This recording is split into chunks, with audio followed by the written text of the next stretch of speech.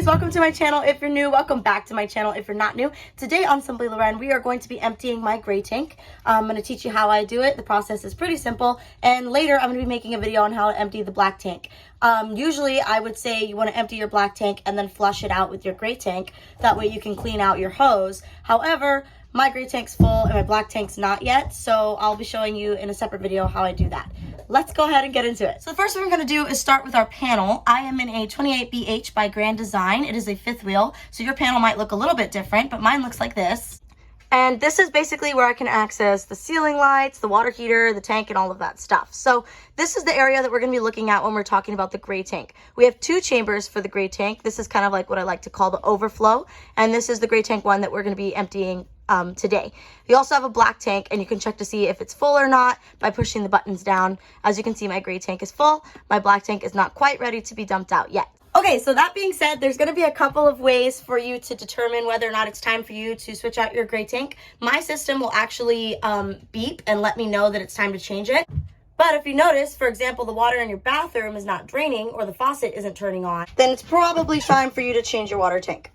So again, you just want to double check. Push the button. We can see here that it's full, so it's time for us to go change it. Then you're just gonna go ahead and head outside, and you're gonna walk on over to where all of your tank stuff is. So for me, that's on the opposite side, inside this little latch. So we're gonna just lift it up, because mine was not locked, and you're gonna look at this. Now, if this is the first time you are seeing this, I definitely recommend you spend some time just getting some practice with this whole setup. There's a lot of things to do here, but down here at the bottom, you're going to notice a couple of knobs. This one's going to be for the gray tank. This one's going to be for the black tank.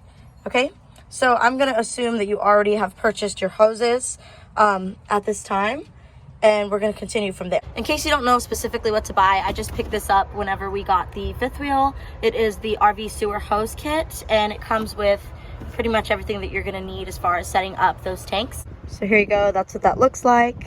The back over here, this is kind of the setup. So I am hooked up at an RV park right now, so we have a full hookup. So basically that means we have a place to dump our black tank and our gray tank right on our RV site. We don't actually have to go to a dump station. So if you were to go to a dump station, for example, you probably wouldn't have this hose already hooked up because you're going to be traveling, and you would have to take the time every time that you go to dump to actually hook this up. So obviously, if you're going to be using a dump station, that's because you're most likely traveling, and you're not going to be traveling with the hoses, like, you know, flying down the highway. You're going to have this little cap right here closed, and you should definitely always triple check to make sure those caps are closed, because you can get a really big fine if these caps right here, this one hanging down here, is not closed while you're on the road. Anyway, this is the hookup with the hose that just came out of that box, and it also has these little things, so if you need to like support your hose, you can. It's super simple. All you have to do is twist it, and it snaps into these little clips. I'm not going to untwist it because it's already pretty good and secure right now, and I don't want to mess with it, but basically you literally just twist it and you slide it until these little pieces are at the ends of these caps. Super easy, not complicated at all. I was really scared to start doing this whenever I first moved in, but it's actually the easiest thing. So nothing to be scared of if you're new. Trust me, if I can do it, you can do it. So we have a rock here. You don't need a rock. This is what it looks like without the rock. This line specifically will empty our gray tank and our black tank. And so the reason I said that usually you want to empty your black tank first is because your black tank is going to contain all of the sewage and stuff that you have. So anything you flush down the toilet, basically, and it's going to come through this hose. Your gray tank, which is what we're emptying today, is also going to come through this hose. So your gray tank is going to be the water that you might use in the shower or in the dishes. It's going to probably be that soapy water. So it's better to use the soapy water to wash out all of that gross toilet water afterwards. That way your hose doesn't end up just smelling all of the time. It's just kind of like a way you can sort of wash your hose out. So you're going to empty your black tank first and your gray tank second normally. And I'm going to show you how to empty the black tank in a different video that I will link to this one in the description. But for this video and the sake of time, we're going to just do the gray tank. So anyway, gray tank after the black tank, but in this case, our gray tank needs to be emptied more frequently because I'm noticing showers take a lot more water, obviously, than just going to the toilet every now and then, and also the dishes and stuff and filling the sink and stuff like that. So I use a lot of that water, and because we're hooked up, I don't have a limit, except for whatever we're gonna pay utility-wise, but that's something to consider if you're gonna be boondocking, how much water you're gonna have. But anyway, let's go ahead and start dumping it. So that's why my gray tank is going to be more full more often than my black tank. Like I mentioned, this is already hooked up. I have this little thing, and they're literally, I just lay it on top of those. It's nothing crazy.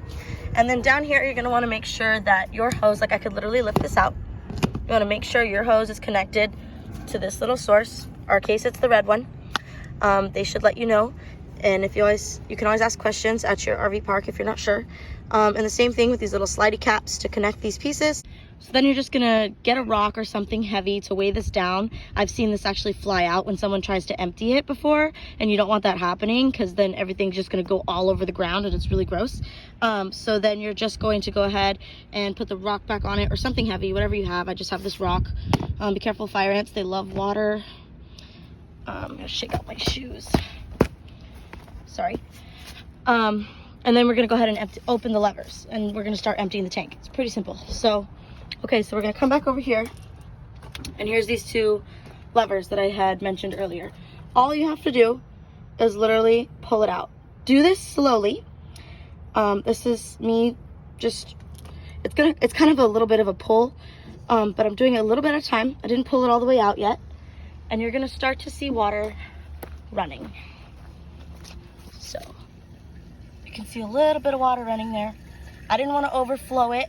If you pull it all the way out all at once, that's when it's more likely to fly off. So that's why I have the rock here, and that's why I'm pulling it slow. And you can literally see clear water just kind of running down. This is what's going to wash your hose out whenever you use it after the black tank. It's that soapy water. And then I just continue to pull it a little bit more.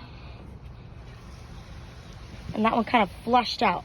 When I opened it, a lot more water came out. You can see the difference in pressure to open it a little more. So like I said, that rock is there just to keep that hose on there. And then when that's done, you just close it back up and you're literally done. I'm not gonna empty it all the way because I still have a TikTok video to make. I think someone's staring at me. That's awkward. But anyway, I'm not gonna empty it all the way because I'm still gonna I'm not gonna empty it all the way because I'm still gonna make a TikTok video on it. But that's basically all you have to do, and when it's done, you'll know because there will be no more water in this little section down here. So there you go, no more water. And whenever you're doing these hoses, you can always help your hose out and just kind of shake that last part off just to make sure that any remaining water that was stuck in the hose got all the way out into the place that it needs to go. All right, so I hope this video helped you. Don't forget to like, follow along, and come back for the black tank video. And love, Loren. Bye, y'all.